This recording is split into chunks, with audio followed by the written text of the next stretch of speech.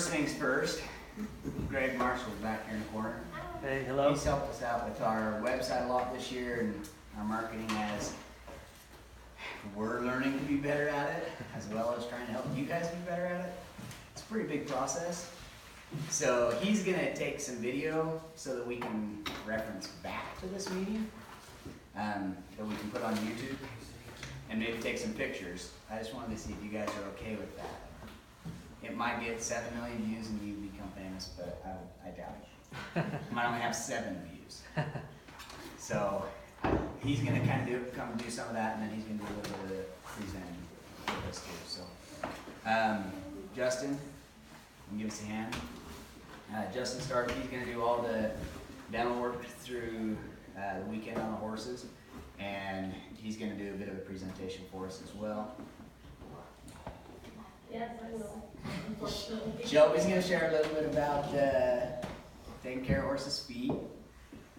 If Dave Moss gets here, he's going to come. He will be here at some point through the weekend, whether it's in our morning meeting or today. He's going to talk a little bit about common horse health and diseases passing and stuff like that. We deal with a lot in the spring. And Jeremy, he's also going to be here at some point. And he's going to share a little bit, and Lance and Becky are going to share a little bit, and you guys are going to share a lot bit, and we'll just not have a presentation, but hopefully just a little bit of discussion or something. Or 3-hour block. I'm just saying, it doesn't have to take the whole time. If we can go to start out, I want to first have everybody introduce yourself now that we're seeing faces. And real life humans and not just pictures. So Annie, can you start? Just say your name and we'll just work around the circle. I'm Annie Oscar. I'm Josh Foster. Yes, Joe Gal. Dalton Broadhead. Brooke Pierce. I'm Macy Mizrahi. Wyatt Disgazi. Jason Horton. Baby Noble. Who are you? Cass Tucker. She's the one that keeps the show running, keeps me straight, tells me not to watch Netflix, but to do what I'm supposed to do. She's the boss. Does a good job of it. We're expecting a baby in July, so that's part of moving everything up this year. It'll help us out a bit. Bailey broke her foot, we all know, but we invited her to be here anyway. She boards here, so she's right nice and close. Let's go first to the one-page sheet. So we never really judge on a lot. Start weekend, we kind of judge on being on time because it's important to be punctual, right? The other 3, if you flip your paper over, you will see a spot where if you'll grab a pin, the spot will create some kind of. Oh. I'll trade you.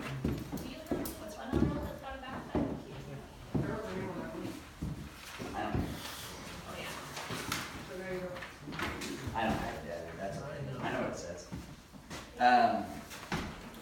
So in those spots, part of what we're trying to do ultimately with this challenge anyways, we're trying to help everybody further yourselves in your business, your program, whatever you're doing.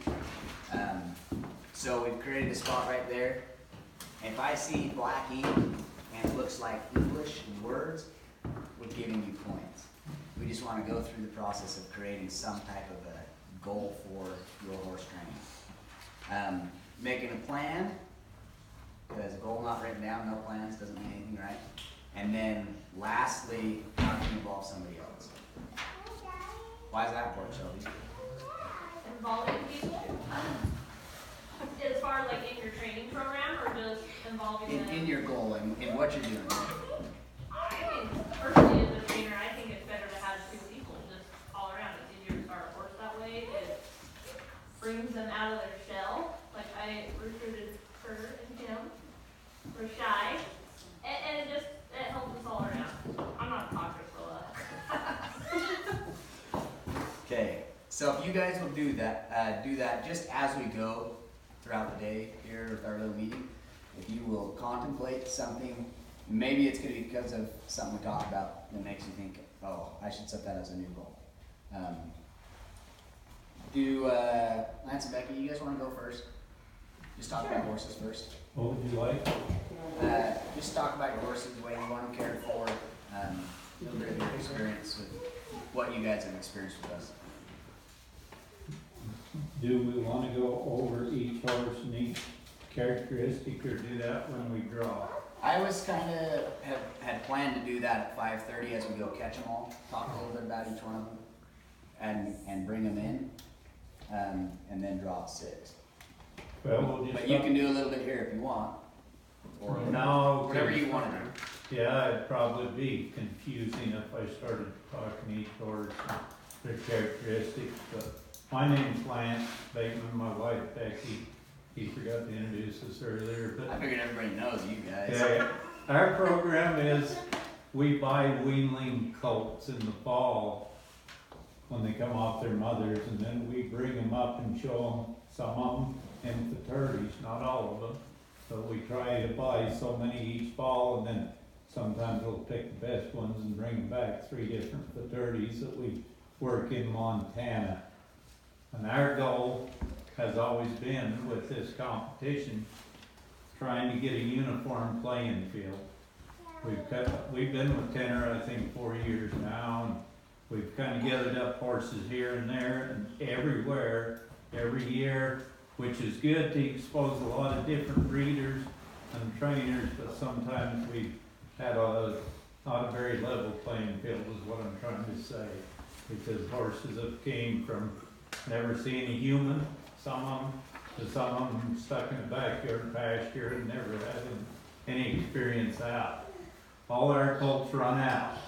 As yearlings, they run out on a 40 or 80 acre pasture, and then in the fall they go up on a hill pasture where they have to get around in the timber. They're out crossing creeks. In the winter they come in closed, you know, so they're locked in, but they do have that opportunity to be a horse. And so we do not try to spend a lot of time with them other than the ones that we're showing in fraternities. We'll bring them in and around town, work and get them attached. We do like to do some of the Monty Roberts type training, getting connected to the horse. Or, no, what's the one that Clay Baker's doing? When he went to play. No. Bill Baldwin. Well, Bill Boswell does it, but a lot of the trainers on connection, the Liberty type training is what I'm trying to get at.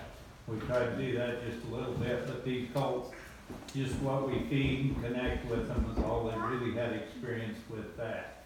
They're all handled as far as their feet. If you're gentle and kind, you can trim them. They was all trimmed yesterday. Typically, I would like to have shoes on, but the circumstances this year, that didn't quite work. So I'm sure you get 40, 50 days on, you want to get shoes on and get them going that way. Most of them got mighty good feet, but they have been trimmed from the time they're about 6 months on up through. There's 1 or 2 there that's a little touchy to handle as far as getting a halter on. All the rest are in your pocket type colts. And there's a colt out there for every discipline out there. We've got ones that's top show colts as far as halter. There's some of them will make top cutting colts. There's some of them make just top ranch using colts. So, you got anything to add back? As I said every year, for the ones who have heard me every report, I want my horse back.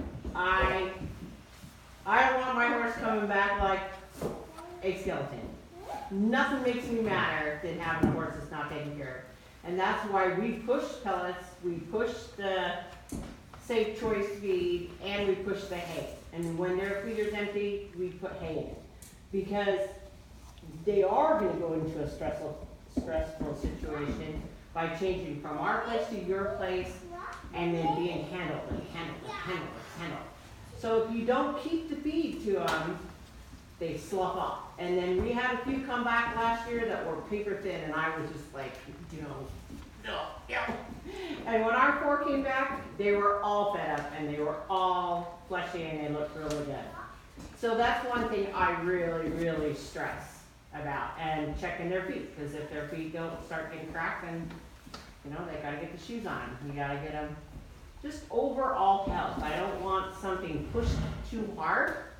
I love Ryan Butler, but the car thing just blew my mind last year. He taught the horse to sit in the car, which is fine, that's his deal. I don't want my horse to sit in a car. I'm never gonna have him in the car. He's gonna be in the back, I'm sure. I don't think that teaching a horse that age is appropriate. I want you to teach the horses what's appropriate for the style, the personality of that colt. Because if you push beyond that, you have holes. And now they're trying to fix up quite a few holes on the horse that sat in the car. So I don't want that. I would rather see technique. And, because if you don't have technique, what do you have? You have a horse that's not fun to ride. You can't trust it with somebody else to go ride it. I would like to see all of you have someone else ride that horse when it comes in, because you're not keeping it unless you buy it. You're gonna sell it and somebody else gotta ride that horse. So they need to know and be comfortable with another rider, you know? And if you have any questions, anytime you wanna call me, just do it. I don't care. No question is a dumb question to me. I will ask the dumb questions. Because I want to know where that horse is. I want to know their welfare. I want to know if they've got a cracked hoof. I want to know if they're, you know, whatever. Because then I can help you. I can help you get through that.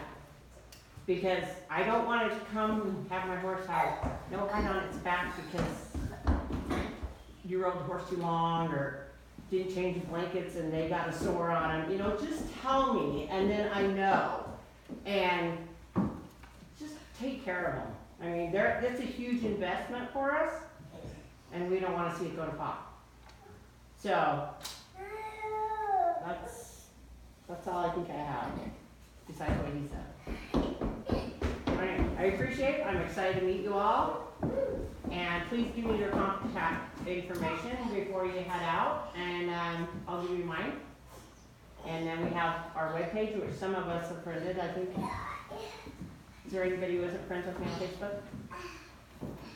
I think everybody is. You can leave messages on there for me. You can send me a text. You can call me. Whatever works for you. So, anyway, I'm excited. It'll be fun.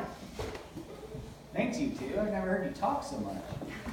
That was awesome. I came armed. 5 years later, this is actually our 5th year. That's in fact you've been with us the whole time. And they've always provided good horses. To that effect that Becky's saying about feeding, I know that's something I talk with all of you about, but it is so critical, especially in the sale of your horse. If it doesn't look good when it comes back, it just will not sell. Every year the thin horses don't sell well, and a lot of times then, as soon as they get feeling fat and healthy and sassy, the people that bought those horses are unhappy. Justin, I feel like you've got a story to share with us. Well, I know you're smiling because of a certain experience. So he's had to build that on the back end a time or two when horses came in. So it's not worth doing that with your horse. And we have proved in this process that a horse can go through training and gain weight. You guys agree with that? Yeah. So usually our biggest worry is cowboys on that. One thing I will say is if you can't ride the fat, you can't ride her. That's true.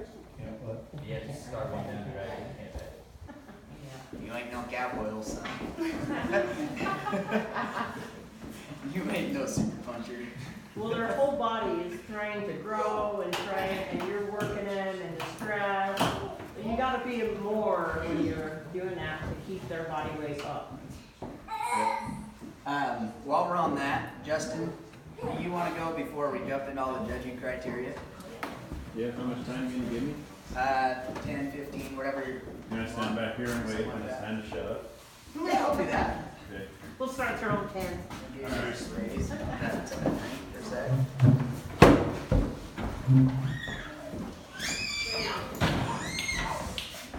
Justin, will you tell people how you come in contact with us?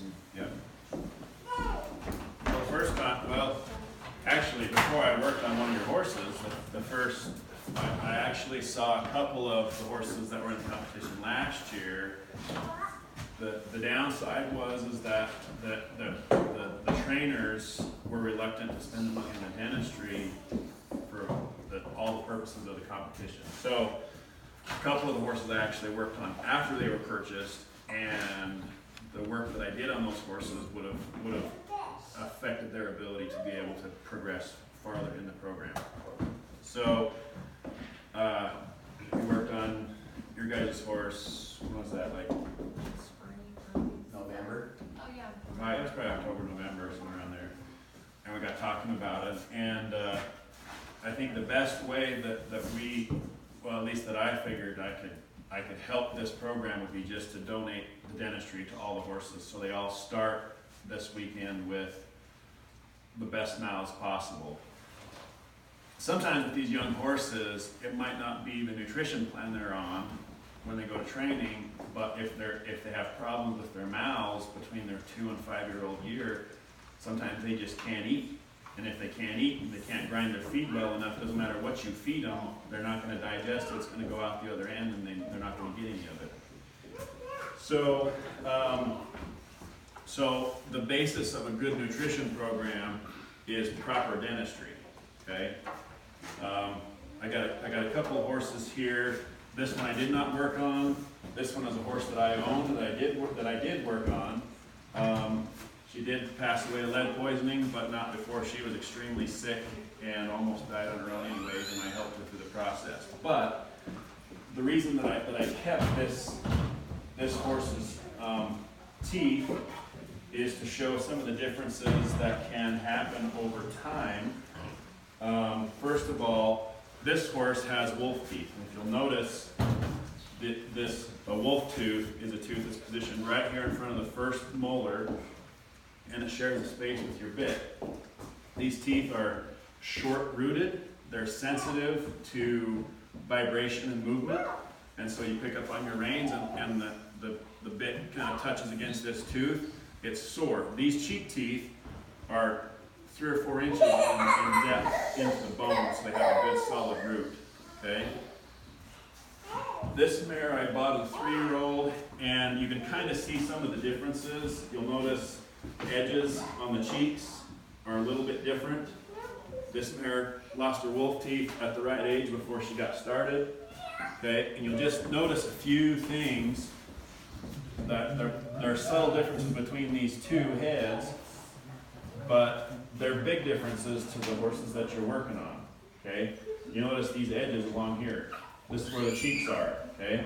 It's real common for horses to develop sores on the cheek right underneath the big cheek muscle that's on the side of their face. And what happens is that cheek muscle that's right back here, the masseter muscle, that muscle flexes when they chew, pushes the soft cheek tissue into the tooth, and the majority of horses will have cheek sores just automatically. Then we put a nose band or a Hackamore or whatever we use on them. Some people say, well, I don't need dentistry because I don't need the bit to use a Hackamore. The Hackamore sits right here, right around the horse's nose. Could be a little lower, could be a little higher, depending on how you ride. But you got sharp cheek teeth, you got sharp edges here, and that cheek gets pushed into the teeth. Another thing that we take into account with both nutrition and with training is the movement of the jaw, okay? Horse is going to chew down, out, up. At this up movement, the cheek teeth make contact and they grind back to the center, okay? So this is the nutrition aspect of the teeth. If there's something that inhibits this horse back here in the back from being able to move the jaw fully lateral, then their range of motion chewing is going to be limited. Doesn't matter what you feed them, if they can't chew it and it's a stem, they won't digest it. You'll see some horses will drop out balls of feed they're just having trouble chewing, okay? For whatever reason, it might be really young, it might be really old. When a horse turns, and you ask him to turn, he actually leads with his jaw, okay? Now, if there is anything, this horse turns to the right, and these cheek teeth, there's a high spot, and they collide.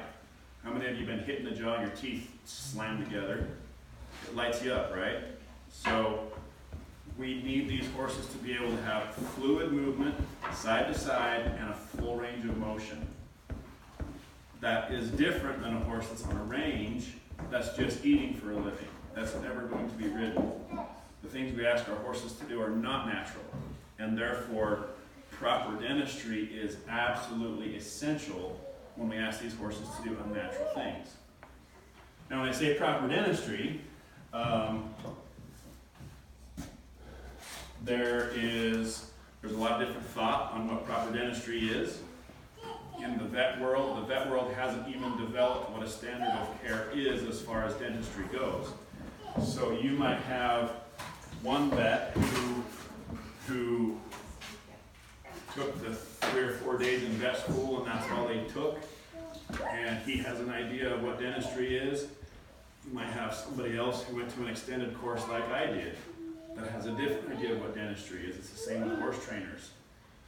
You see a horse trainer who doesn't do anything but just have a halter rope and swing the horse around in a circle. Well, they're horse trainers, they're training a horse to do something, but they don't ever get on and do anything on the back of the horse. And that works for a lot of people. A lot of people are just more than happy to lunge the horse in a circle. Okay? And you have horse trainers that are going to go to the world shows, and you have horse trainers that are going to compete at high levels. So there's different concepts for what good dentistry is. And I have some pictures here. See if I can pull out some before and after pictures of a few things.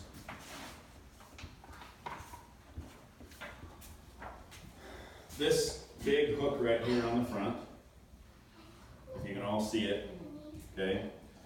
This horse was about dead when I found him. Came off the Navajo Indian Reservation. The guy that got him for $150 because he was about dead. Then I come along, and you can look at the before and after pictures. Okay, there were other things wrong in this horse's mouth, but I gave him an ability to be able to eat. Now this is an extreme case, right? But this starts somewhere. And what happened was he actually lost the tooth here on the bottom, so this one grew down. This started somewhere. This horse did not have to go this long with this problem. Okay? So, where are we at on time? Looking good. Okay.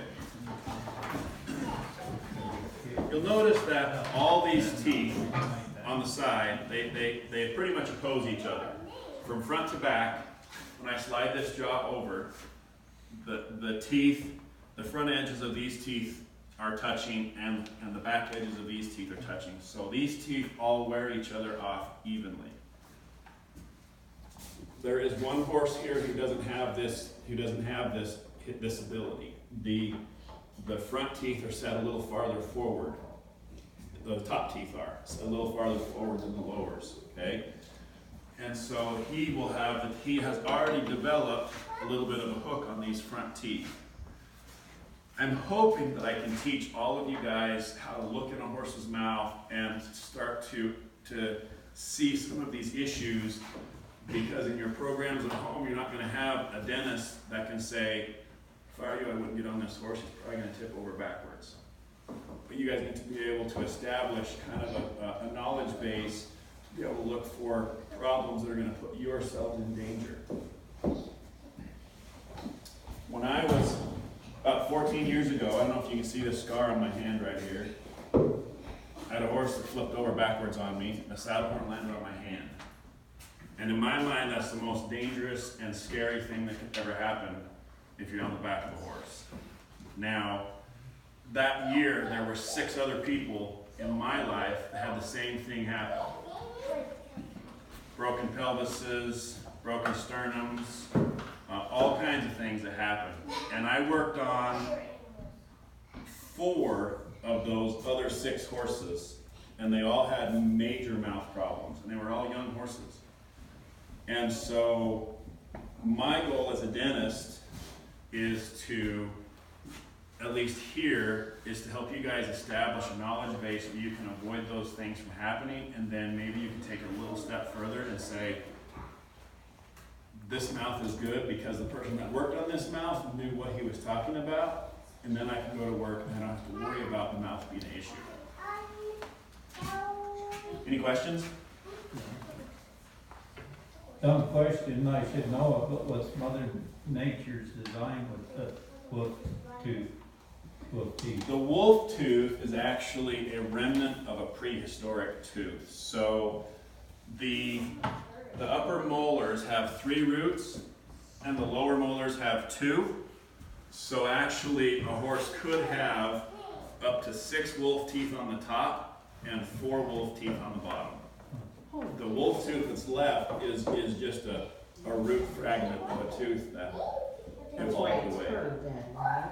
Is that why it's curved? Yeah, it's curved partly because of how the tooth grows and the bone around it and how close it is to the teeth. But I regularly extract wolf teeth on the bottom as well. They're not as common, and some horses don't have them at all. So not every horse is going to get them. It's a good question. We had another horse, one of the best horses we've ever had.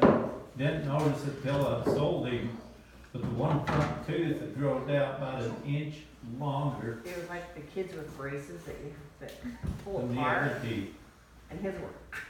Yeah, so you'll notice I talked about the cheek teeth having opposing teeth that wear them off.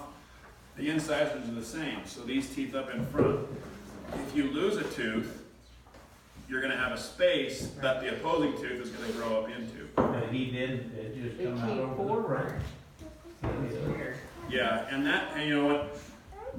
It's hard to, I see a lot of cases like that that are related to injury. Sometimes you'll have a horse that'll go grab a bar and they hang back and fracture all those teeth forward. Sometimes that can heal and sometimes it can't.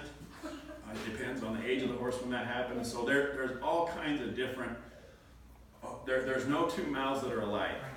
And sometimes there's extra teeth. Instead of 6 molars in the cheek, sometimes there's 7.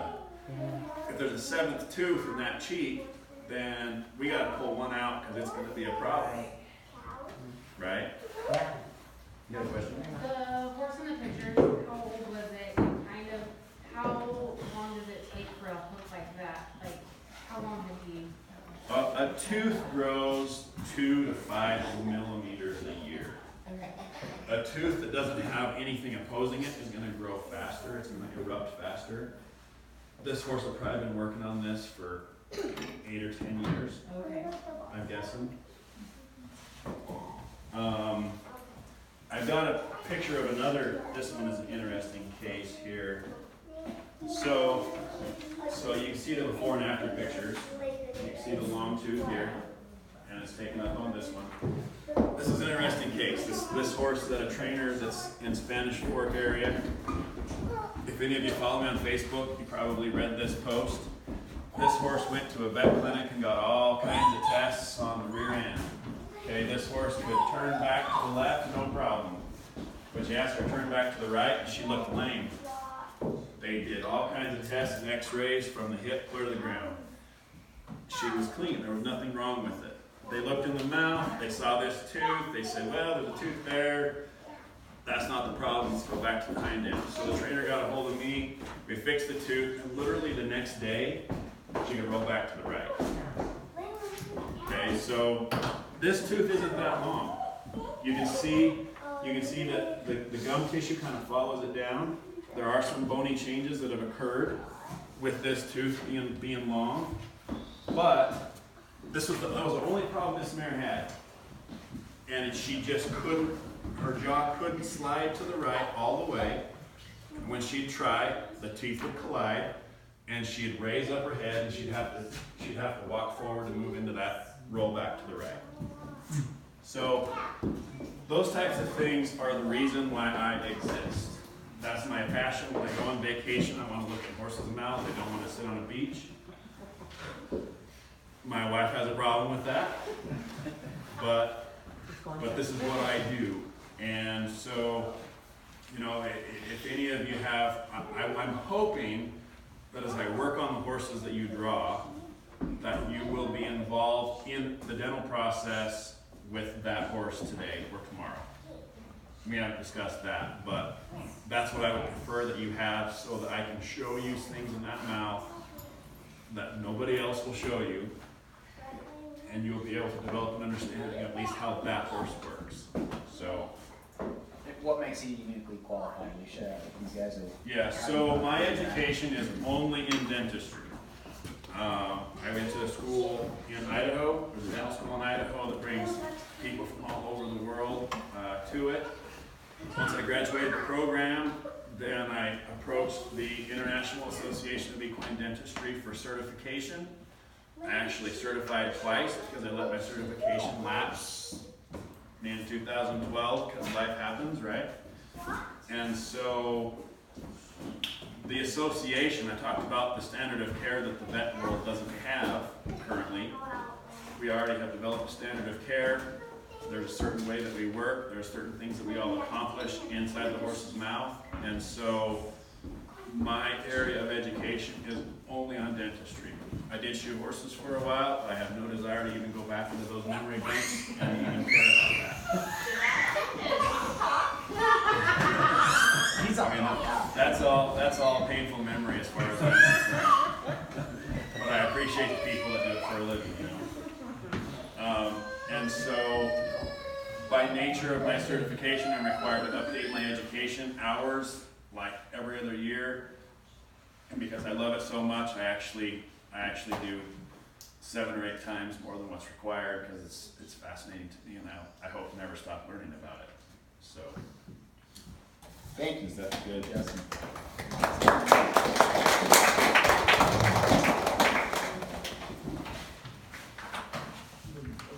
Since you brought it up, Shelby, you want to go next? Yeah, I will.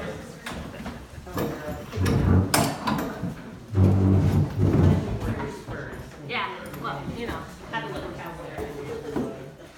You guys?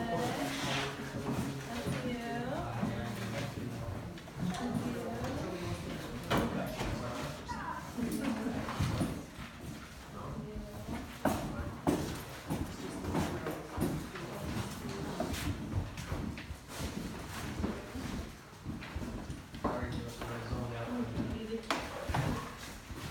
When did you wake up? Did I miss anyone? When everybody started No? with that. Oh.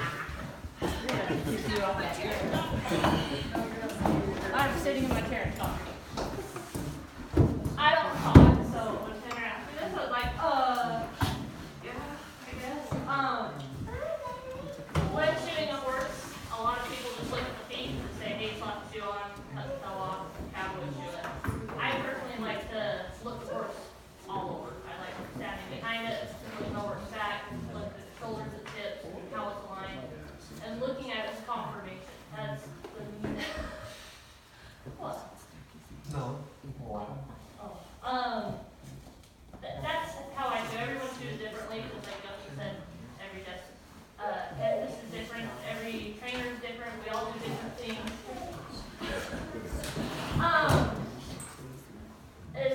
I'm more into the corrective chewing.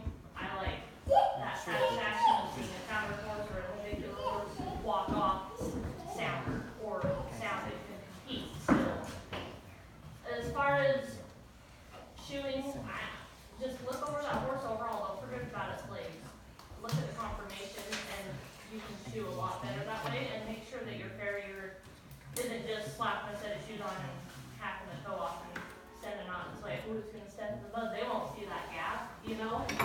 So, I mean, that's all that I can really give you. Like I said, I'm not a talker, but I just printed these off for you. These are from the Butler book. I read it almost every other day because I'm obsessed with it. I don't talk so a lot. There you go. Okay, so I've got a question for you, Shelby. Yeah. All these colts don't have shoes on them. When is a good time for these trainers to be aware that this colt now needs shoes? So say they're like 2 weeks in and I would get, it's on different grounds. So what? I mean, if you're gonna keep them in the round pen, you'd probably be alright, but I'd honestly get shoes on them as soon as possible. Just, you guys are going to be riding the rocks, we're gonna be riding everywhere, we're gonna wear the ski down. A foot grows about 1/4 of an inch every month, so if you're constantly riding on hard ground, you need shoes, you need something, boots, shoes, glue on shoes, it doesn't matter what you use, I don't care, you know, most of my horses go barefoot, so that's it, I don't ride them. What's the benefit of a steel shoe opposed to a rubber shoe? So a steel shoe isn't going to allow the expanding and contraction of a foot as a natural foot would, so like you could do the glue-on shoes, you have neoprene shoes. So as far as that goes, you can do that, or you can leave them barefoot. If you do leave them barefoot, I do recommend trimming them every 1 to 4 weeks and shoeing it every 4 to 6 weeks. So every 3/4 of an inch adds about 712 PSI or pound of pressure on your horse's tendons and joints. So that's why it's so important to stay on a schedule, because you need to support that horse's conformation, you need to support their feet. Because if you don't, horse don't have a foot, you're not supporting its joints, you can't ride your horse. Anyone else have questions? Yeah, what's been your experience with the boots? Like if you're on a pack trip and you lose the shoe, you don't have an opportunity till night, but what kind of boot would you recommend packing? So I really don't use boots necessarily, so I can't really recommend one. I would recommend having one that fits, though. Make sure you fit your horse. Have your carrier fit one to your horse's foot. That way you can have that on hand. A lot of people will take these size 2 boots and throw it on a horse that's a double odd, and now you're gonna rub the heels of that horse, and that horse is just gonna hate you. So I just don't use boots, so. You make him go barefoot? Billy No, goes, listen, "Well, listen, teach him all no, listen, that." That's easy to throw that shoe. That one's going to limp, only on 1 foot. Yeah. Until it, you get him and they're all mad because they're all lame and you can't walk. That's just one less you gotta turn and get back. Oh, really? don't listen to him. Shelby, I got a question for you. Yes. You have shod some young horses for us, and I'm sure plenty of others, and I'm sure some wild coyotes. What do you think can be best done to prepare a young horse for a good shoeing experience, being on both sides of that coin? Yes.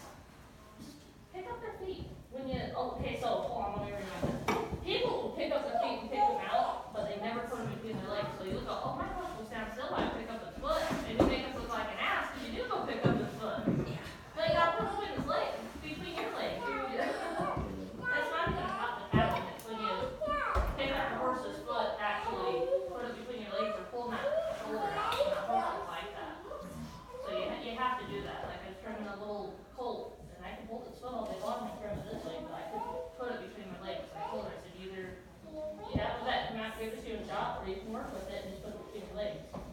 For the next 4 weeks, I was able to trim it. It's just all about working with that horse. And you can throw it, you can tie its leg up and stuff like that, but in the end, it takes an extra 10 minutes of training that you're already with that horse, just put it between your legs. That's it. That's all you have to do. It's not hard. And Lance and Becky, you guys probably start that when they're knee high or We back do. up or- We try. or skip. Yes, we do. When you start trimming them, start at 2 months of age and start trimming them. When they're yearlings, from a baby to a year old, their feet grow probably twice as fast as what they do when they start aging. And from my understanding, a lot of basic things that they'll develop through their life can be prevented by good maintenance in the first two years. Yeah, it works 2 years. And if they have confirmation clause, from full to 2 years is your best chance to correct that.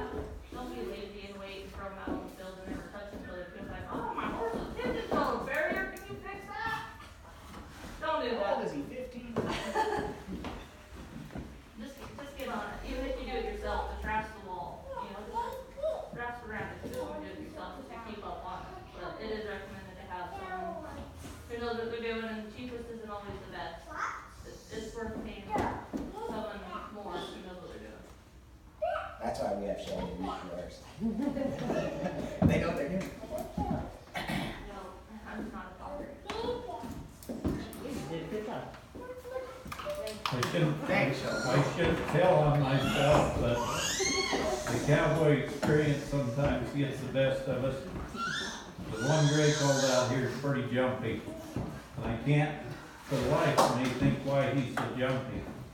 But I finally registered in my mind a little bit that when I was trying to teach that colt to touch his legs, I think, I'm not sure, but I think I used rope to tie the leg up.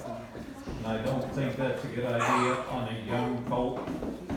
All of us, as they're 3 and 4 and 5, we've had to do that to shoe horses. But I'm thinking that's the reason this colt's so jumpy, is because maybe I taught him to be that way as a weanling colt. I put too much scare into him, and so it's something that I've done. And I've had to watch and be careful of that with these young horses, because they're so expressible, you know, and retain that so much. So, get them while they're young, while you're bigger than them. I gotta get them real young. It's easier to work with than against. Yeah. Don't give us definitely. So, all you guys have presented. Jeremy is doing a clinic, trail riding clinic the last couple mornings. So he's gonna join us at some point. I wanna go through the judging packet with you guys. And when we're done going through that, if Jeremy hasn't shown up, then we'll go to Greg. If Jeremy has, we'll give Jeremy a minute. And then we'll go to Greg and go over some other stuff. So, this front page, I just want to go through real quick and just read it. And not, some of these things we will discuss as we go through. And we're not going to read all of this, I just kind of want to go through it with you. This can be a reference point for you for future use. So, you guys want to start over here on this side? Maybe Cassie can read the first paragraph. And we'll just go one paragraph at a time and work our way down that page. We are excited to have you be a part of this competition with us for the 2019 challenge. Included in this packet is all the judging criteria for the entire competition. Along with the judging criteria is an explanation behind most of the criteria points. Our intention with the competition is to generously help trainers, owners, and the public raise their current standards to an even higher level. Each of you have something unique to add to this competition, and we thank you up front for what you will share with us and the other people associated with the challenge. Trainers, these criteria explanations will be geared a little more directly to you. Through your participation in the competition, we expect to provide an experience that will help you with some of the following areas: marketing, understanding how providing and covering the physical needs of your horse sets your horse up for better success, and providing a product that better attracts the people who are your target customers. Along with those things, we hope you learn many more from conversations, observations, and reflecting on the experiences. Trainers, we realize that the criteria of this competition is not easy. We are hoping that you will confer the basics and study the criteria to make your program well-rounded and have your horse prepared. The criteria in this competition are high benchmarks for a colt with this amount of training, but they have been set high to stretch you and help you develop your program standards. We would suggest that you write out what your training program is with steps and benchmarks included. Knowing this criteria well ahead of time should give you a direction to work towards and lower your stress level returning to the show in the finals weekend. The videos, pictures we are asking you to do will be a library of content you have built by the end of the competition so that you have things to share with prospective or current clients when they ask questions. Owners, we hope that the same explanation points will help you as well. Every trainer has a difference of opinion, just as owners do. There are a few things we can probably agree on. We ask for horses to be worked with, be taken care of, good flesh, good dental care, and to have developed respect for people. From the beginning of the competition, we've had the intention to help people meet others in the equine industry and share with the public the reality of what takes place between human and horse in the training process. This criteria is catered to developing a horse that has been started safely with issues covered so that the horse can go in any direction. You are not starting the next best rope or barrel horse just yet. You are preparing them for future tasks. Please remember this when choosing drills and exercises. The remaining criteria elements are also geared towards building your business and creating habits that can help to build your business in an efficient manner. We both have relationships with each of you for years to come. This will be a great event for us to look back on. We invite you to take the time to get to know each other and those who have provided dental work, vet care, and sponsored this year's competitions. We'd also like to extend a huge thank you to Lance and Becky Bateman for always supplying very consistent repair horses. Jeremy has been very helpful in the production of this event the last couple of years. His wife Tamara is kind enough to let him spend many hours with me at times. Okay, I'll kind of give you guys an intro. I didn't study English for a major, so it just kind of was thoughts that were coming to my mind as I was considering putting together this packet we haven't done before. So let's just go through page by page. I'm going to share just a little bit with you about why we're judging on said topic. And if you guys have any thoughts of how that, maybe your perspective to say, oh, I don't know how I feel about being judged on that, or that you're glad you're being judged on it because you can see how it's going to help you grow. So trainer advertisement, pretty basic. I don't know that a lot of you, how many of you guys made a trainer advertisement ever before entering this competition? Okay, that's kind of what I thought. I haven't done anything like this before. So hopefully that advertisement, your ability to learn to do that, can get the target market you're reaching and with your specific message versus just a picture. And you can also use pictures whatever you want to advertise. Your videos. How many of you guys take videos of your training and like send it to the owners, not just Snapchat or whatever? Justin? John? Wyatt? Shelby? So that's been a huge aspect of this competition that's has been uncomfortable for trainers to do, but has been probably one of the biggest marketing aspects of the entire sale is those videos. Tons of people watch those videos through our Facebook page. And I mean, we've had online bidders buy the horses from watching those videos. And our audience has just grown to get the word out quite a bit from that. And as an owner, you appreciate it. Very much, because then I can see where everybody's at. And it doesn't have to be an extravagant video doing this and this and this. I just want to know that they're healthy, that they're moving forward and Yes. not still in a halter type of thing. So that's exactly how we are judging those videos. Are they healthy? Are they moving forward? Is that horse okay and coming along? So I'm not expecting a Marvel Studio production, but I would expect a little bit of clarity in the video. Maybe try to cut to hide the wind, right? So do your best, but I'm not expecting movie production quality. A couple things we've changed a little bit about videos this year. We want a minimum of a 3-minute video this year. Instead of years prior, we said whatever you give us, we just want a video. The reason we're going to say a minimum of 3 minutes is so that you can actually use these videos to benefit your advertisements in the future or reaching people. Jeez Louise, somebody's trying to get a hold of me. You better answer that. I don't know who that is. That's like third call. So we want to build your library of content, and also Greg's taught me that YouTube rates you. Some of these places rate you on the number of minutes people watch. So you become more popular, people see you more. And then I wanted to be able to give you a video to reference. Let's just say you've got trainer that's asking you about such and such question, you're like, well, I talked about one of that in one of my training videos, just go watch this video instead of me having to regurgitate that for the 7,000th time. And in the past, we didn't do it every week, so now we're doing that every week. So you don't have to think which week was I not doing that. Justin, were videos hard for you in years past, in the beginning? First year, yeah, the second year, not so much, but it has a means to an end.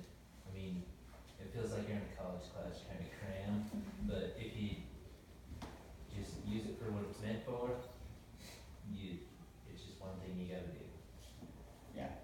I don't want it to feel that way, but I understand it. If you don't do it much, it can feel that way for sure. Yeah, like if you don't have it on your mind that you have to do it, and you wait till Saturday night, you're like, oh crap, go get the headlights on this course, we gotta get a 3-minute video with headlights. Man, it's gonna suck, you're like, damn it, Tanner. But if you, like Monday, you're like, no, let's get a little video, or just patch it together, it's a lot easier than cramming. Yeah. Well, and some of your videos can be from holding your phone in your pocket while you're writing and doing, even if you're out chasing cows or you Yeah, can be still creative. see, you don't have to have somebody stand outside and watching video in the rain, Yeah, be creative. You're on your horse and you can have your phone with you. Likely. Yeah. We're all young enough. You Yeah. probably have your phones with you while you're riding. I do yell. So just bust that phone out, take a little bit of the video, and hopefully that becomes a habit. I know I've had a lot of owners over the years be really appreciative of those videos. Go ahead, Chris. Does everybody in here have a business Facebook page? Is there anybody that doesn't? Shelby does, you do not need those. Dalton. Having said that, so everybody knows that you can actually track the views, and there's a lot of different things you can see on your business Facebook videos that you can on your personal ones, so. Yeah. Which is important. That's how we know we're seeing, this post is seeing 20,000 people or 15 or whatever it's seeing, plus how many interactions and all that info. So, pretty cool. One question. go. So, what was the percentage that the trader won when that horse sold for $12,500? I want to say it was $3,400. Okay, who wants to make $3,400 in here? I'd like to make 35, Anybody? thanks. That lady watched the video from San Francisco, flew here that morning and bought that horse. That video that she had all the time on that horse sold that horse for And $12,500. And during that day, that horse didn't show. No, Wow. he was horribly So if that you day. didn't watch those videos, you would think that's not a good Exactly. horse, not worth 12. Exactly. But she watched everything all the way up to that point. She actually So, had two. There was another one who bid on it and who was gonna Yeah. go up to 10, and he had actually went to her house and rode the horse. Taking the time to do it, so those videos yeah. they're worth their weight. And one thing that I would suggest, your videos can be whatever you want it to be, right? You guys be creative, do what you want to do. Every trainer has a different mentality of what they're going to do. I've had trainers tell me before, like, I'm not going to tell everybody every trick and tip and everything that I do and use. And I've had other people that are like, I'm going to show them everything, or I'm going to show them minimal cool stuff, and then 2-3 weeks prior to, I'm going to blow it up. I'm going to show them all the cool stuff that this horse can do, and right hard before the sale, and let people see it. So I would suggest let people see what that horse is, because they then have a video to go reference back to say, oh, I really like that. I really like what that horse was doing. Versus they see you guys ride for one day in the competition, and it's out of their memory when the next horse steps in the arena. Yeah. They forgot all of a sudden. So if you provide those videos along the way, I think it will help us out quite a bit. It has every year, it's proven to. So, any thoughts on what you might share, Justin or Shelby, or any of you? You guys have been in it, but anybody else? Or questions? show what the horse is. There's nothing worse than buying something that you get home and you're like, I Exactly. shouldn't spend money on this.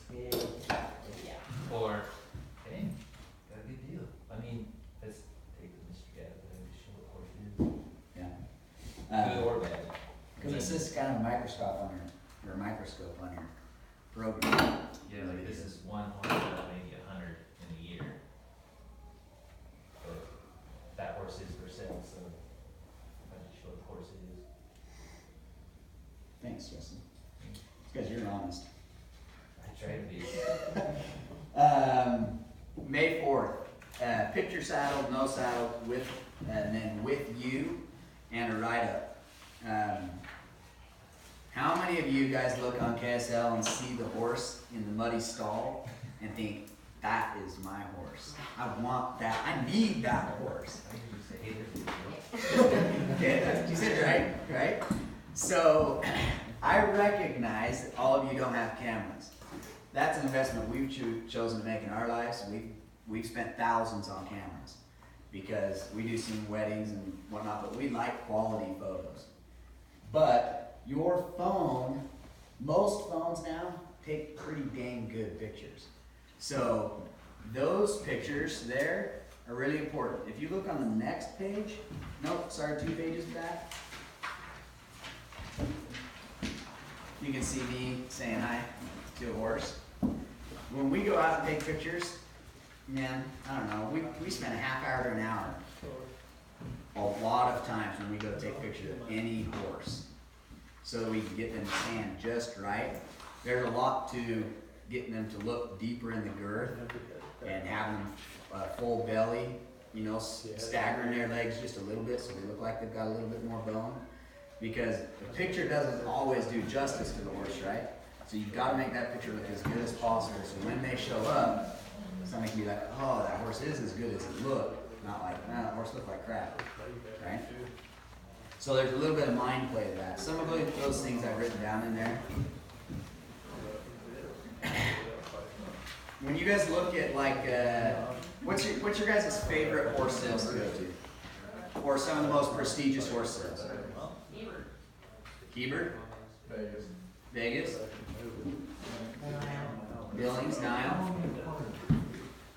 Okay, when you guys look through their catalog, what is your favorite background to see in somebody's picture? Not a trampoline, or the front half of a pickup, or an open barn door and hay all over the floor. Please, I know it is a really little thing, but be cognitive of that because it does make you look. It's a first impression deal, and we have posts that are seeing 20 and 30,000 people. So when you're in front of that many people, I would just suggest make yourself look way better. And I get phone calls all the time asking, do you know a trainer in such and such area, or people will call me. So I'm not gonna say I can gear and not gear, but I can help direct business to you. So I just had a call this last week. Justin's gonna take a horse to my buddy's probably. So it does happen. Next page. On time, set goal, we kind of talked about that. Keep thinking about those goals. Appearance and attire, that's just, a lot of these are gimme points. Stuff that you guys are already doing, easy to get. Horse relationship, talk around, and you guys are gonna be Mike, not tonight, you'll be Mike tomorrow. You guys feel comfortable being Mike? No.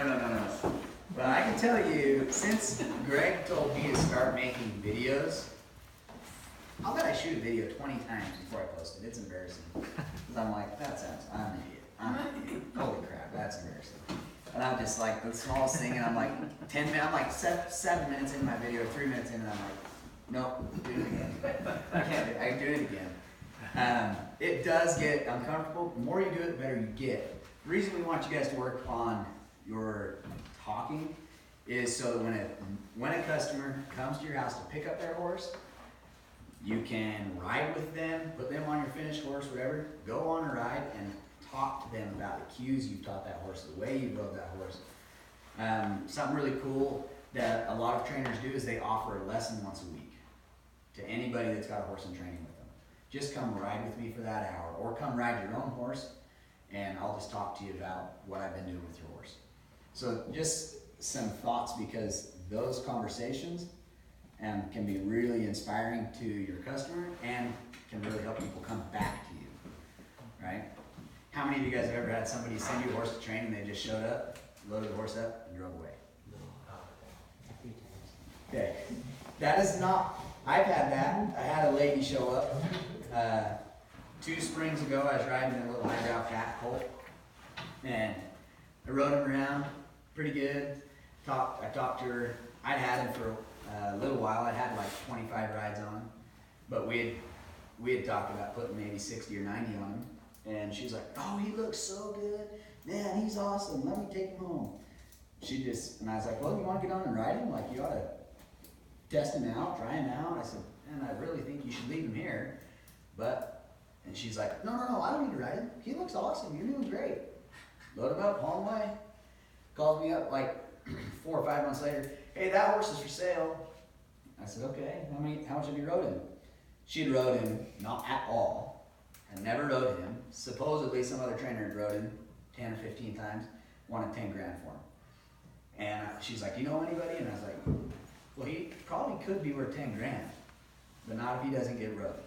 And I think a lot of that was her not being willing to ride when I was there, and we could have gone through it comfortably. Because he was quick. A couple times he dumped just like, didn't expect it. Just that fast.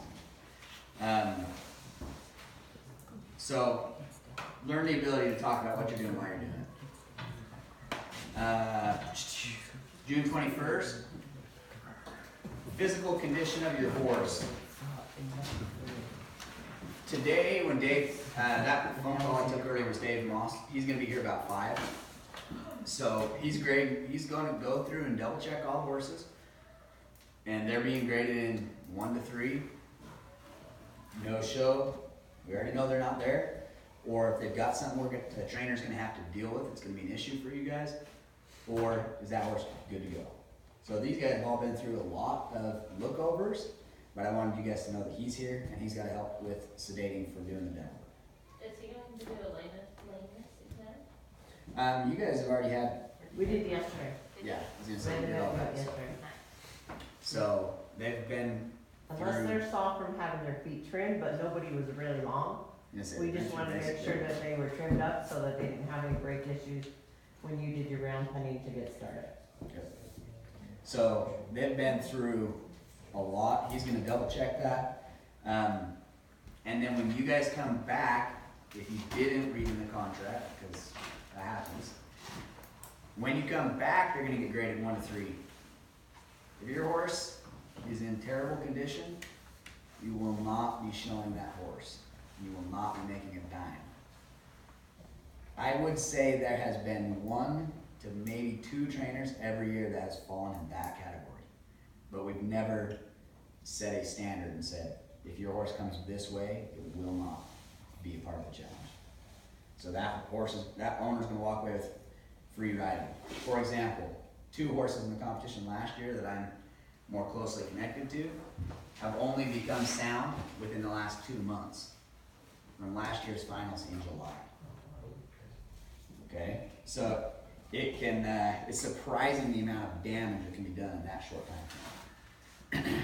Second category, maybe there's a minor issue, a little bit thin, a cut, something that's going to maybe affect the sale, and you're going to give up 3% to the owners. Just like if there's a minor issue now, they give 3% to you because you got to deal with an issue. Okay, that's just putting us on even playing ground, saying we got to take care of these horses.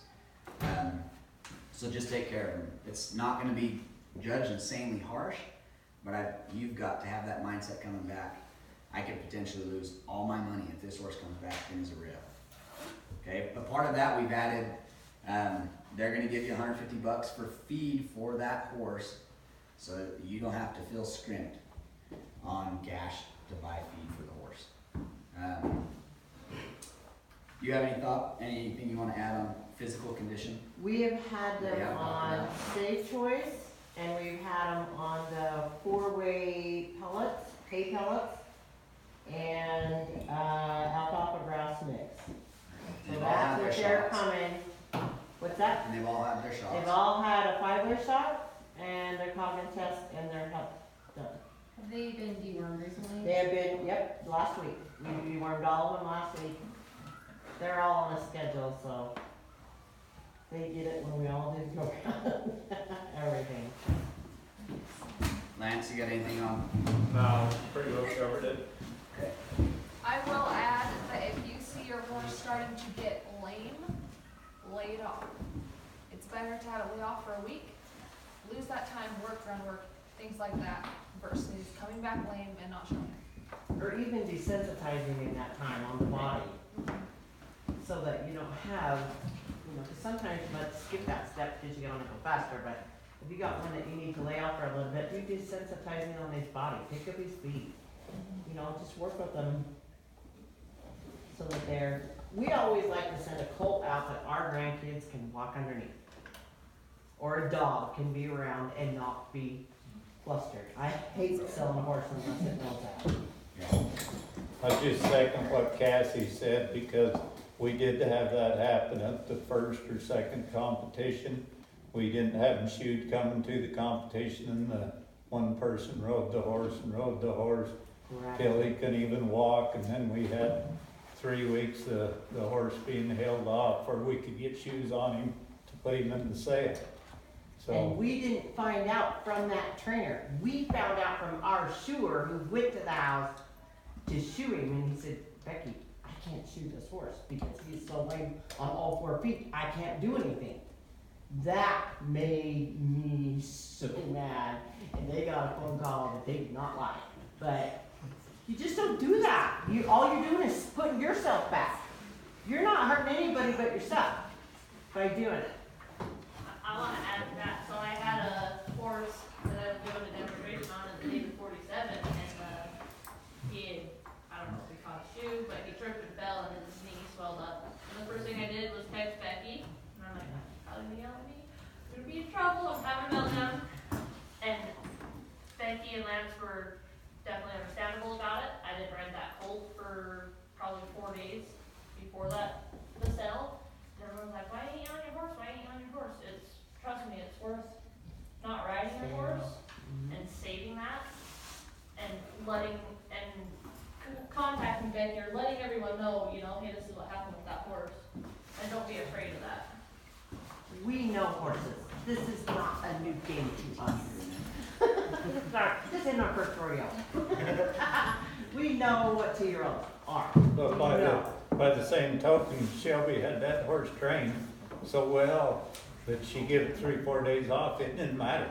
When she showed in the competition, that horse was phenomenal to everybody.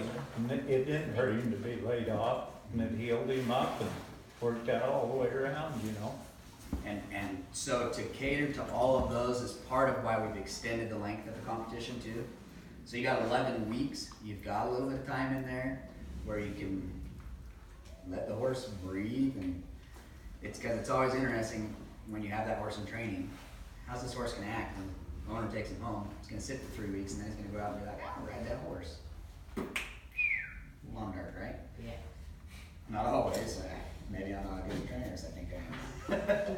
Right? But be willing to give it some days off, some time off. Sometimes that can do a lot of wonders, especially for their mentality, right? 22nd, we've got on time salesmanship. Salesmanship, I'm not necessarily meaning be a salesman. I just mean ride with some confidence. Walk around with a little bit of confidence. Be willing to talk to some people. It's a little bit out of your comfort zone, but you know that horse better than anybody as far as its training and riding ability. So if you're real quiet and shy and you hide in the corner all day, people aren't going to be as proactive to go talk to you. So if you can be confident and comfortable and be someone that people can come up to, I think that'll help you out quite a bit with your salesmanship. Then that next part, that's just a checklist for you guys. I'm hoping you can use this kind of as a checklist, something to go back to when you come back. You will have to have a new health inspection if, well, you're gonna have to have a new one anyway so that it can sell to out of state. I was gonna And say. I have all those. So copies. she's got all your stuff here. Yeah, So I after have we it. draw tonight, we can give it all to you. Yeah. You'll need a new health inspection, and you will need a new brand inspection. Brand inspection will need to be written to the sale, and then we will get another brand inspection at the sale Yeah. for the new owner. It's kind of a process, but that's just the way it works. And it doesn't matter if they have L forms, lifetime forms, or they have to have an A form Yep. on top of that. Yeah, doesn't matter if they got a Oh. lifetime, they gotta have a new one for the sale. So, that's a new thing we learned last year being in Utah, that's very annoying. So, I have a question about records. So, Yep. so I have digital dental charts. That'll be all the dental charts that I take on the horses this weekend will be sent to these guys. But do each individual trainer want a chart to go to them as well? yeah. That'd be great. Okay, so I'll need everybody's email addresses then. Yeah, that'll be good, and then you guys have his contact info as well, and you'll be able to look at that for reference point. Remember, bring us whatever music you wanna go to with your freestyle, bring that, preferably something with an aux cord, not a CD, or maybe you could use USB or an aux, something with an auxiliary cord. I'll make track tape and some more for you. I mean, if it can play loud enough by itself, and you bring the whole system, yeah, I don't care. That kid 79 can be no, you're right there. My horse might be in the back of it, but. Yeah, you're right. And then whatever props you guys need,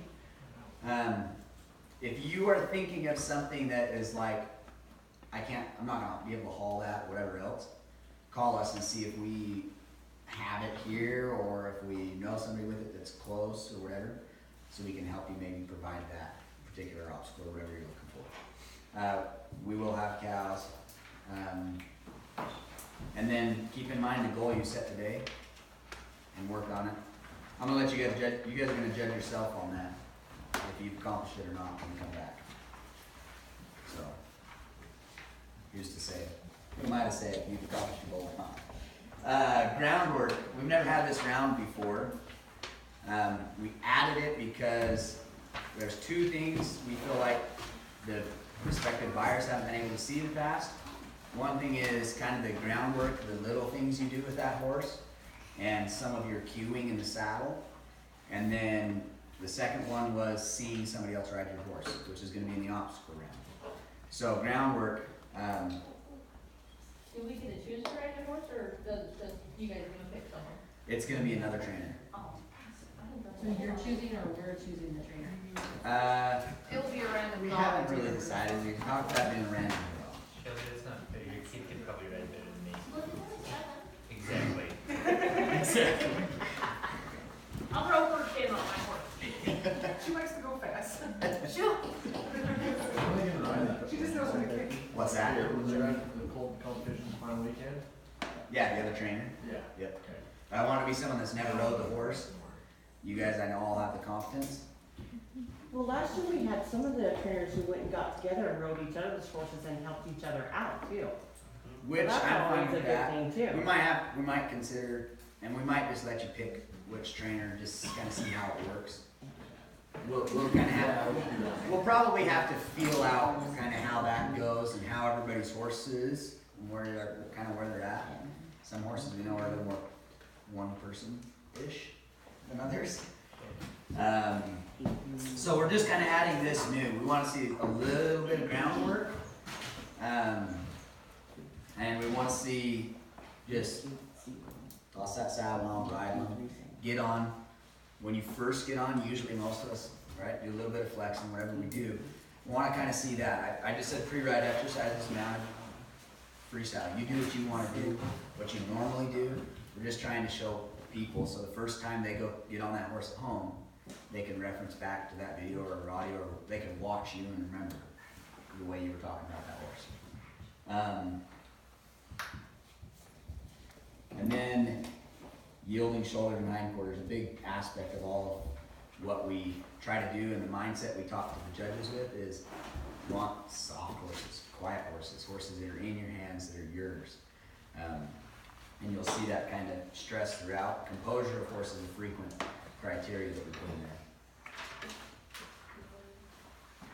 Obstacles. Becky made our obstacle course this year. It's going to be a good course.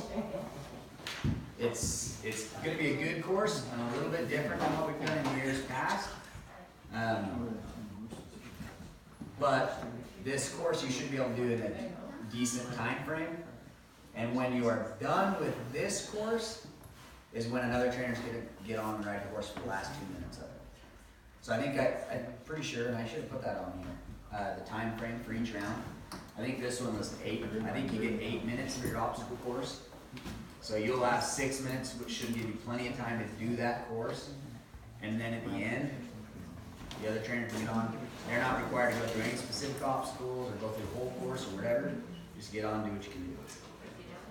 Either show that course or not show that. Like I said, I'm a technical person. I want my horse to be technically ready. I don't want to see him in a car. No, not with But if it was the right car, What about the dog? No. maybe a Cadillac. You just bring the dog to all the No, that was last year.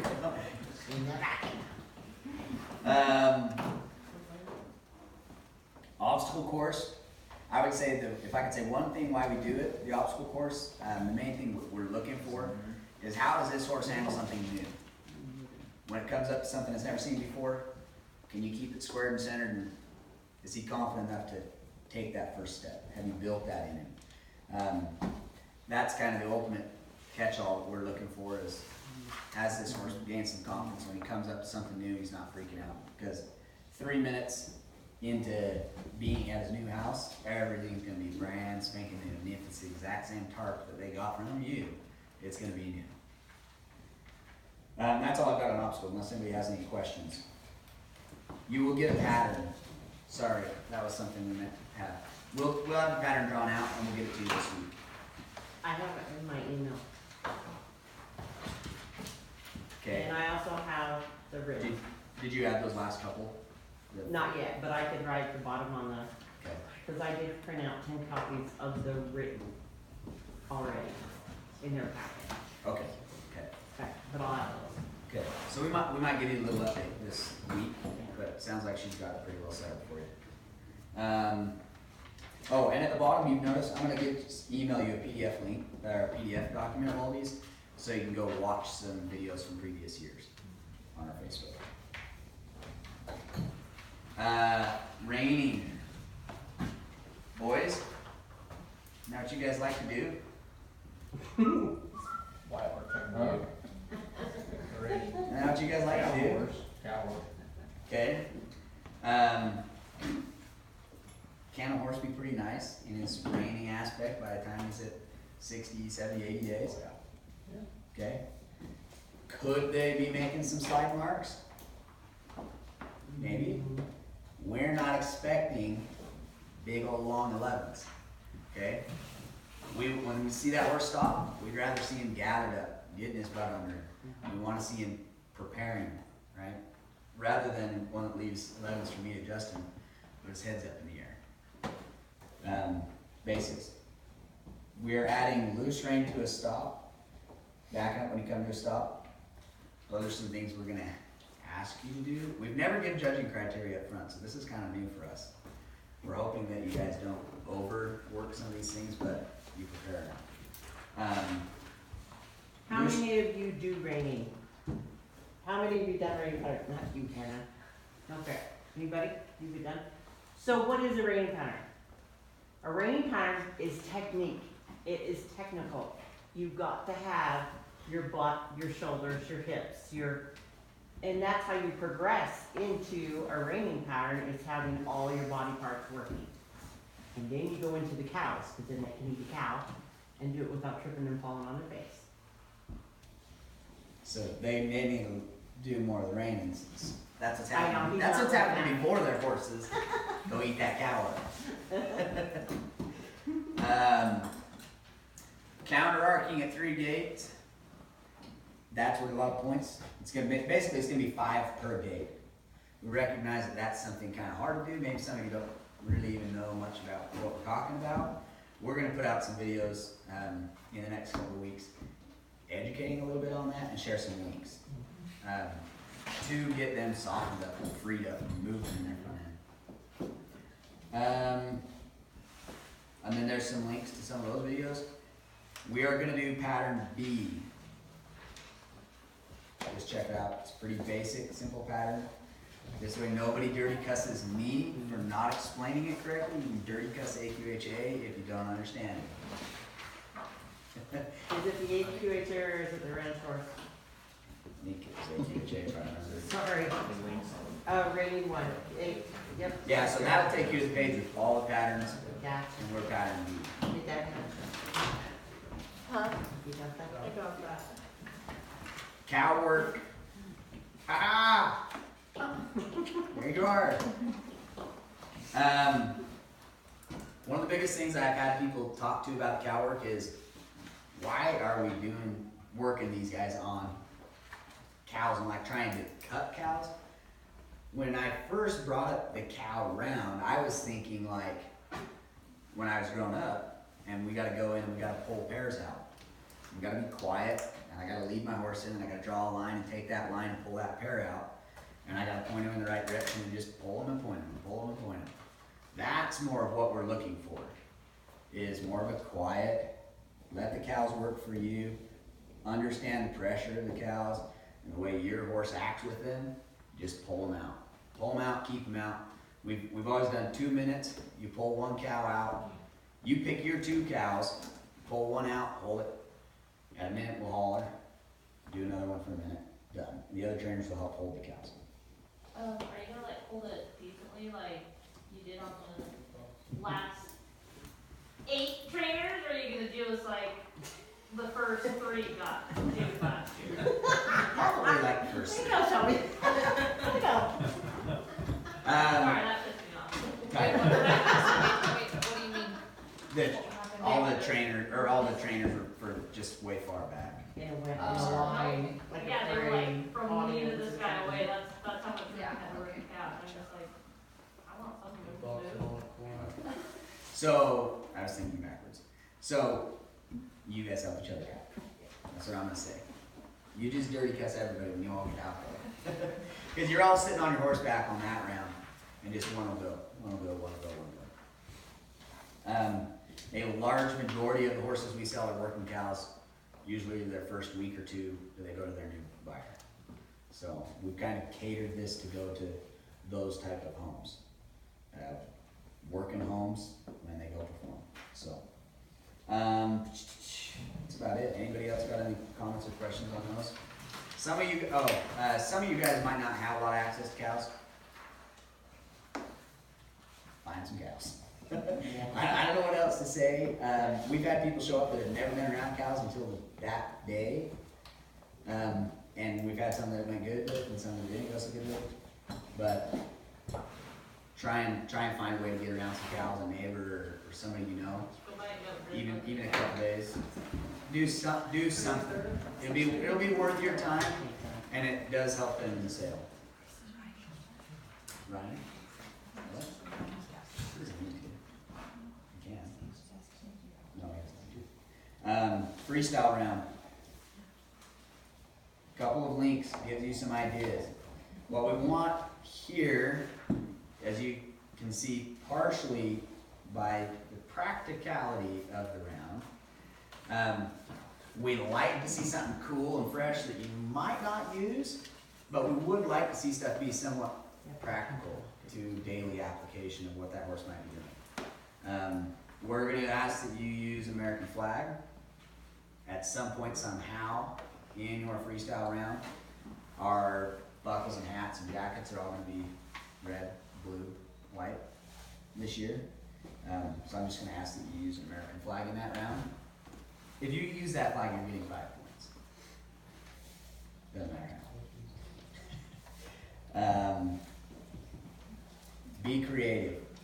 Do something cool that's going to sell your, that's really going to show people how hard you've worked and the originality of your program. Because everything else up to this point is pretty cut and slice. Everybody doing the same thing. What's special about you and your program? Maybe you're gonna turn one cow and you're gonna turn it, you're gonna work it. Maybe you're gonna do some cool stuff. Shelby did some pretty cool stuff last year. Justin roped some last year. Everybody does something different, and these videos should give you some idea. But don't show up and do a reining pattern. Don't show up and do something really basic.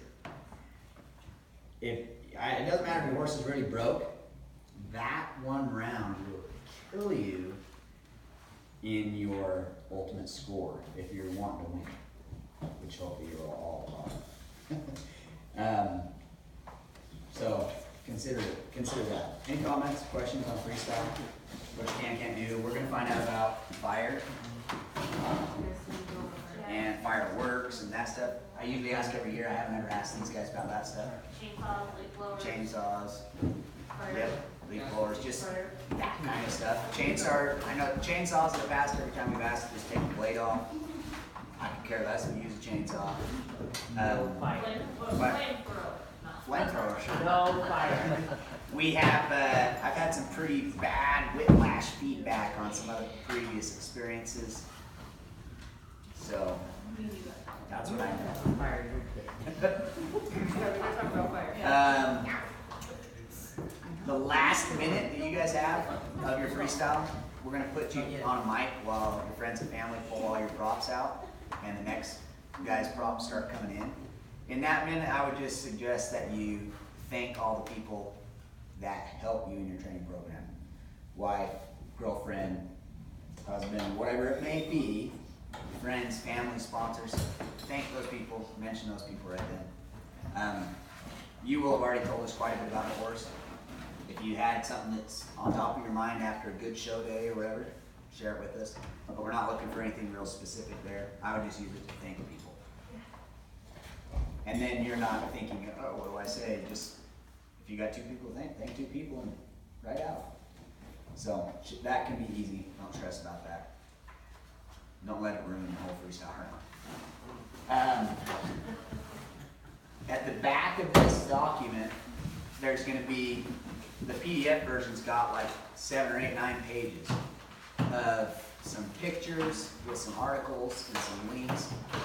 One of those articles is of the horse's skeleton and what bones take how many years to mature.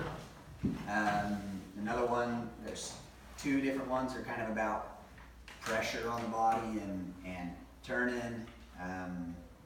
Had another one about the touch.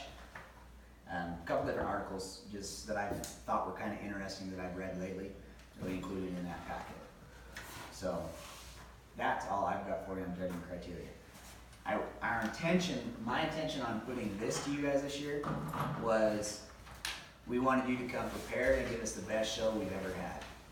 And I'm confident that giving it to you prior to isn't going to bring the horses out on those subjects, but it's going to do just that. I think it will really rise the level of the show. Second thing is, Cassie gets a lot of phone calls every year about what is this? What is this? What is this? Da da da da da da. So, which is good. We're willing to take calls. But I was hoping giving this to you could eliminate a lot of like basic questions. And then anything else you have, feel free to give us a call. But I wanted to work out like a lot of the basic things you might have questions for. The schedule kind of ironed out, you should expect in the next week. I'm working on a lot of some paperwork and organizational stuff yet. So that's all I've got on judging criteria. Great. I'm gonna hand out your little packet. Yep. And if you want to wrap it up, tie it in a nice bow.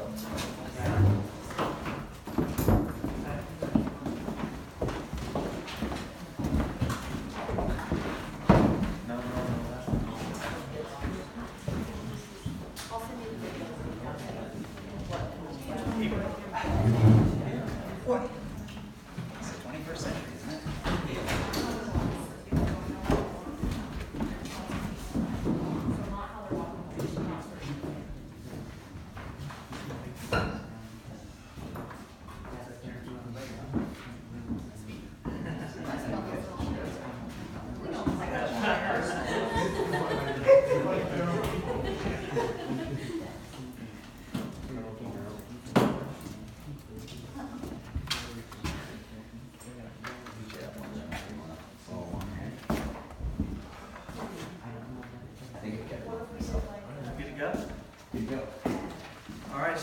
So my name is Greg Marshall. My background is, I started in 3 different companies.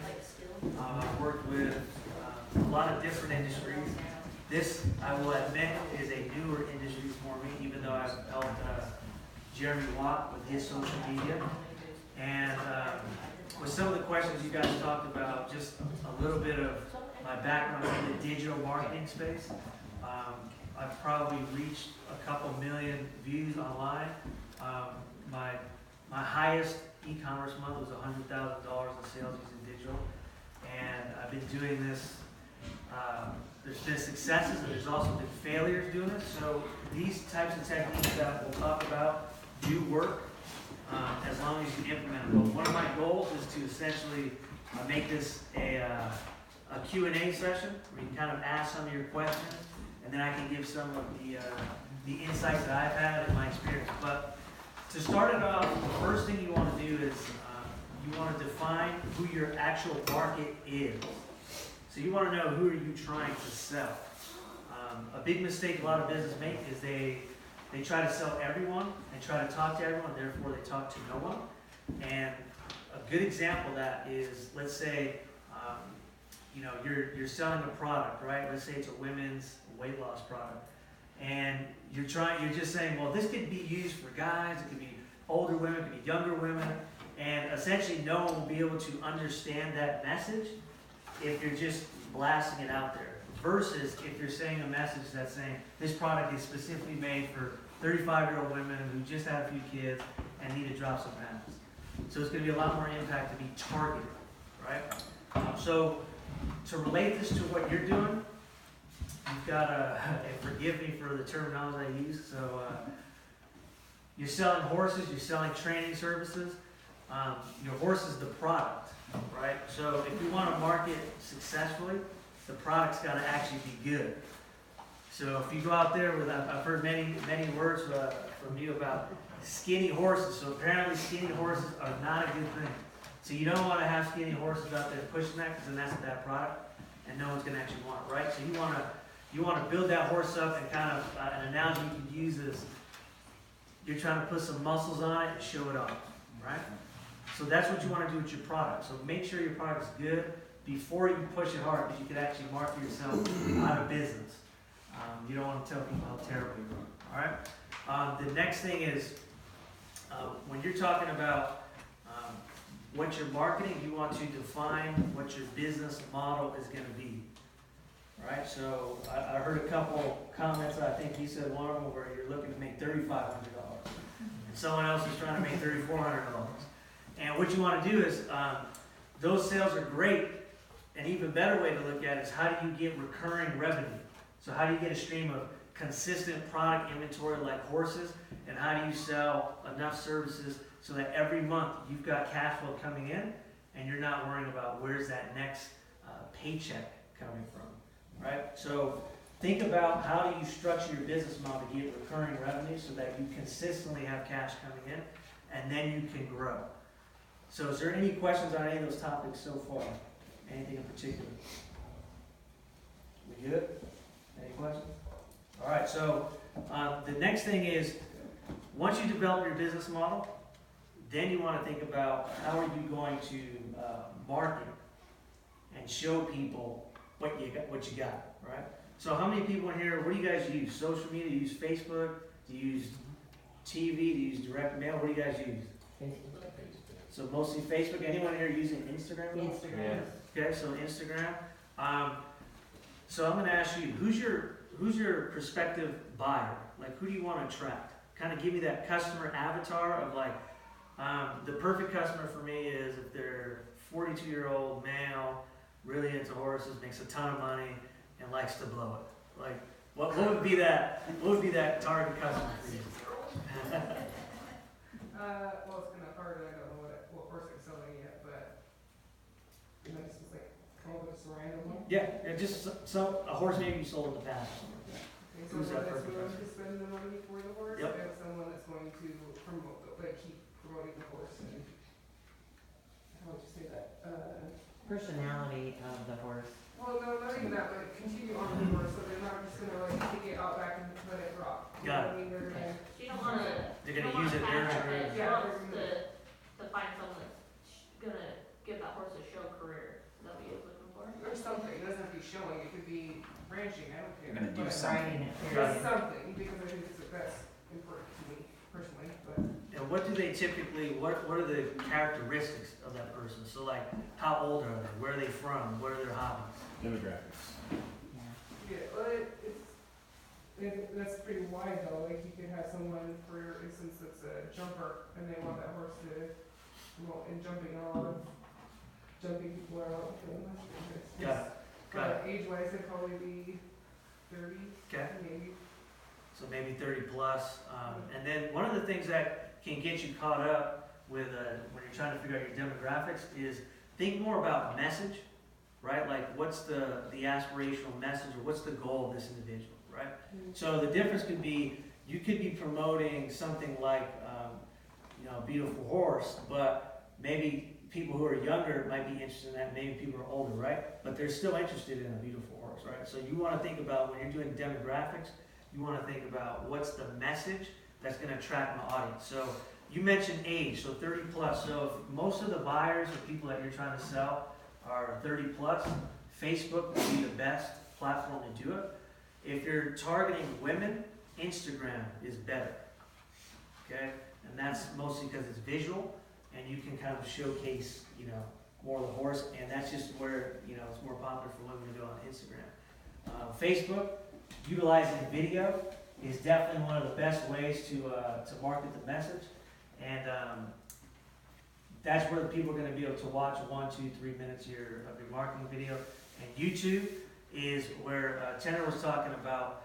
The longer that you have your videos out there, and the more creative you are with the videos, the more responses you're going to get, the more interest you're going to get, and that's how you're going to increase your business, right? So an example is I had a real estate agent yesterday just reached out to me and said their YouTube video got him a $1.5 million sale, and so he makes $45,000 just off that one sale. And it's from almost a cheesy YouTube video where we just shot him walking around a house. It was 10 minutes and he had his son in there. So you don't want to overthink how you're making these videos. You just want to be thinking about making them and then putting them out there. So who in here is using video at all? So how do you do your videos? Well, if I have someone there to video me, like I usually just take a video of, like I'm trying to specialize in reining cow horses. So I'll take a video of doing some reining maneuvers or working a flag. Okay. And then usually I will say how much training that horse has on it at the time, and then I'll post that on Facebook. Okay. And how long is that video take? A minute. About a minute long. So one thing I would try to add to that is if you don't use YouTube, go ahead and upload a longer version of it, and think almost like do you guys purchase a lot of your stuff online or at stores in person? How do you guys like to shop? The people in this room. Online. Online? Okay, so let's think like if you're shopping online, usually they're gonna have, you wanna see the front, the back, all the accessories, right? You wanna think your horse is the product, so you wanna show every single angle, every, objection that someone may have about why they might not want your horse, right? So like, I'm curious to hear, what are some objections on why someone would not buy a horse? I just have a question on video length. So, with your experience, does the length of the video on Facebook tend to, like, the viewership kind of drop off with a certain length? I mean, I know that, like, if it's a 20 or 30 minute video, I might kind of zone out and just, like, skip past it after a little while. Yeah, so shorter videos, 3 minutes or less, are better on Facebook. And then anything, you can do 30-minute videos on YouTube. The average watch time on Facebook is roughly 6 seconds. So that's the average watch time of the video, so we're very ADD, right? But on YouTube, I've had videos that have average watch times of 7, 8, 9 minutes. And those usually are gonna be the more qualified people who pay money, right? So just think about when you're making your videos, you wanna chop them up to Facebook is gonna be 3 minutes or less, Instagram 60 seconds or less, and then YouTube try to have 5, 10, 15-minute video. Okay, who else was using video to market? I do. You use video, so how do you do yours? Well, my biggest thing is, when we buy these colts and their babies, so the people that we buy them from usually do videos. So when I take that video and I save it into my file, so that when they grow up, or get to the 2 and 3-year-old stage when we're selling them, we take them back and let them show them as babies so that they can see The progression. what they've evolved from. Got it. So that's what we do under 3 minutes. Got it. Perfect. No, that's exactly right. What about, you said you were doing video as well? We do a lot of consignment sales on Okay. horses, and so we do a lot of videos for them. Usually they're anywhere from 2 to 5 minutes, depending on what we're selling the horse for. Okay. Um, So, okay, here's another thing. Who in here likes to do video or talk on camera? No, right? So that's definitely something that everyone, Better does. here's a tip. I just like to hear my voice. I can't listen to video now. So here's a tip. When you're in business, there's competition, right? So if you're trying to sell stuff, you gotta stand out from everyone else. So the easiest way to stand out, just in this room, is do videos talking, because no one else is doing that, right? If you actually have a personality and you like talking to people, you should be doing video where you're actually explaining and showcasing how you can kind of give people a good time, because a lot of times people are really buying you, right? So if you're able to leverage yourself to go ahead and get people to like and know and trust what you're doing, it's going to help you to be able to sell more product, right? So you want to be thinking, you don't want to just sell one horse, right? I mean, the goal is you've got multiple things that you're trying to sell all the time.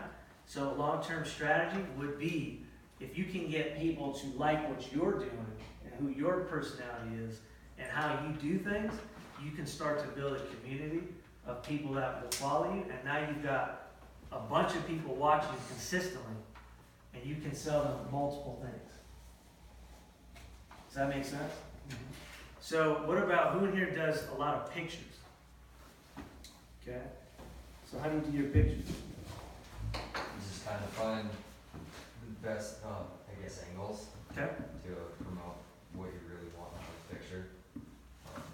Something that's gonna stand out, Okay. like contrast, I guess, And what's kind of your mindset as you're doing it? as far as like taking the picture, Uh-huh. what looks good to me. Okay. I like that when I take a picture like that. So you want to be highly visual, looks real sharp, right? Yeah. So an exercise to go through when you're going to do pictures is you want to think like, what are you trying to promote, right? What's the end goal? Most people are going to buy off emotion. Okay, so you want to think, how do I drive emotion based on what I'm about to take a picture of? Does that make sense? Yeah. So if you go ahead and start with that mindset going into it, you won't do kind of half what job of just like, yeah, let me just take for the pictures, put it up. You want to actually put some thought through this and go, well, if I were the person that was going to buy this horse, what do I need to showcase, right?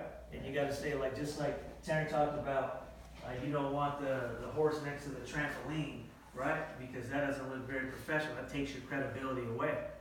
Versus if you've got that horse like, at a contest, right, or challenge, and you're promoting that, it shows kind of that social proof in the background where they say, well, this is the real deal, right? This guy or this gal knows what they're doing as far as putting together this horse. Does that make sense? And a picture lives forever, so put something out there that you don't think is awesome, then it's gonna be unawesome. Yep, exactly. So you want to have it evergreen, and you want to have it consistent. So you want to build and develop kind of a brand or a style that you're doing things. Does that make sense? So make sure you're taking photos, come up with kind of a theme or a style, and then be consistent and think through what you want the person to feel when they see the photo. Because a lot of times when you watch a movie or you see a photo, it causes you to feel something. That's why these social media platforms are so popular, is because we as humans like that, right? I'm seeing these pictures behind me, that's what I see. I was just gonna say, so I'm gonna show you guys just some pictures I took here at a clinic for Jeremy the other day. When I take pictures, granted I'm doing these with the our camera, but I'm thinking the reason I love horses, I love that moment when I pulled that cinch up and I watched it snug up. And those little images to me is something that brings good memories, good things coming to me, and I think it spurs that within each of us. So I try to take a lot of those just little miscellaneous pictures that somebody could take that picture and put it on their wall forever, and they got that picture from you.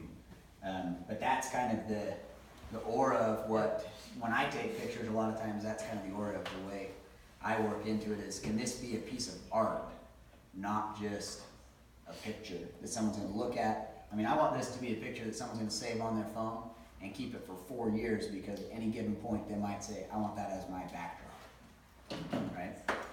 Yeah, and to kind of build off that, you know, packaging, right? So you want to make sure you're packaging what you're selling, so that when people see it, it's irresistible, right? You want them to just say, yeah, I gotta have it, right? Just like you said, the horse in the mud, right? So check out this one of Jeremy, right? Here in a second, he's doing some liberty. This horse, so people like that, and got her bound. Well, I think the good one is, I know Justin does a lot of posting, and he'll do a lot of before and afters. And when I scroll and see that, I'm thinking to myself, I don't want my horse to have that. Yep. So that makes me think, oh man, I need to schedule Justin. This because- Justin. Yeah. You do before and afters Sorry. too? Justin's like, yeah, she's really been stepping up her game.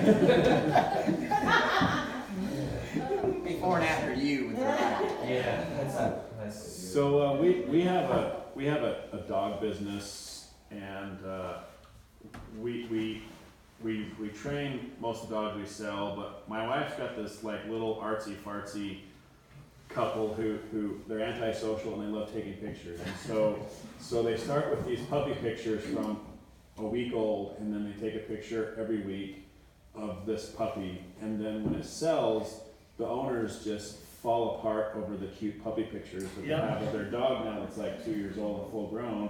But this is what Fluffy looked like when she was a baby. This is the outfit she was wearing. I don't care. She doesn't come to me anymore. And so, yeah. But I guess my point is that if you were selling this horse at the auction, chances are good some dude's gonna get the horse like, I don't care what it looked like when it was 2 years old, like who cares? But to add to people's emotions and their feelings, like how cool would it be to have SD drive, a memory drive says, hey, here's the pictures of the horse that I took, along the way. A lot of them are on Facebook. There's a lot of extras here too, like thanks for buying the horse, here's the pictures. And I think, you will have an audience that will have some sentimental value of, Trigger the horse when Trigger was a 2-year-old in the training program in the Cokeville Challenge. So no, and I think the great point that you're making too is repetition, right? Branding, so that people know that these antisocial people do this for a living, but also thinking about it's telling a story, right? So we all have a story that we basically need to share so that people can kind of feel related to us. So, for example, why did you get in this industry? Like, why do you do what you do? Really my business, like, you can get more than horses. A lot of people want horse growers, a cattle horse, out doing ranching stuff, sorting cows, branding, riding the mountain, gathering cows, just to further the colts that need that outside ability to know that I'm one of them guys that, instead of like Wyatt that's in an arena doing the cow horse, stuff like that. Yep. I'm one that's outside working, riding miles, green miles after miles a day, looking through 2,100 head cows in the summer, stuff like that. Just to further that business. Okay, maybe you don't want your horse to go to the cutting pen, but you want your horse to go out and get tired and have the right mindset, so when he comes home to you, you can do what you want with it. Got it. So, and it sounds like you're pretty passionate about this, right? This is something that you're heavily into. So this would be something like that right there. If you were to take a video and you would explain exactly what you just told me right there, just not overthinking it, just straight from the heart. You go ahead and throw a little music behind that. You throw some pictures on it so people can see what you're working with and what you're doing. You chop that up. You get it to a nice 3-minute video. And you start putting it out there. You put it right in front of your target market on social media. They're gonna go, hey, I like this guy. this is a guy I kinda wanna work with, you know, because I understand him. Versus if you don't have anything out there, people can't develop that relationship. The purpose of using video early is so it can do most of the work for you. So by the time someone comes to you, they're ready to buy. That's basically the goal. So you're using these videos to be able to do the selling while you're sleeping. So by the time they pick up the phone, you know, come to where you're at, they have a checkbook out ready to go. Does that make sense? So, Well, it's kinda like having your favorite show you watch every Thursday night, whatever it is. yep, And when the video comes in and that person is right in training for that week, I want to see what's happening Sunday night when that video comes in. exactly. I'm anticipating it. And you gotta think, I like to buy my horses back. If I think they're gonna come out what I want, I will buy the horse back. So you got to, you know, market it so that it's, you're not riding an English horse at the Covington. You know what I mean? You gotta market it that way. For sure. That's something that the audience that we've built with the Colt Challenge over the years with the different trainers and owners that have been a part of it,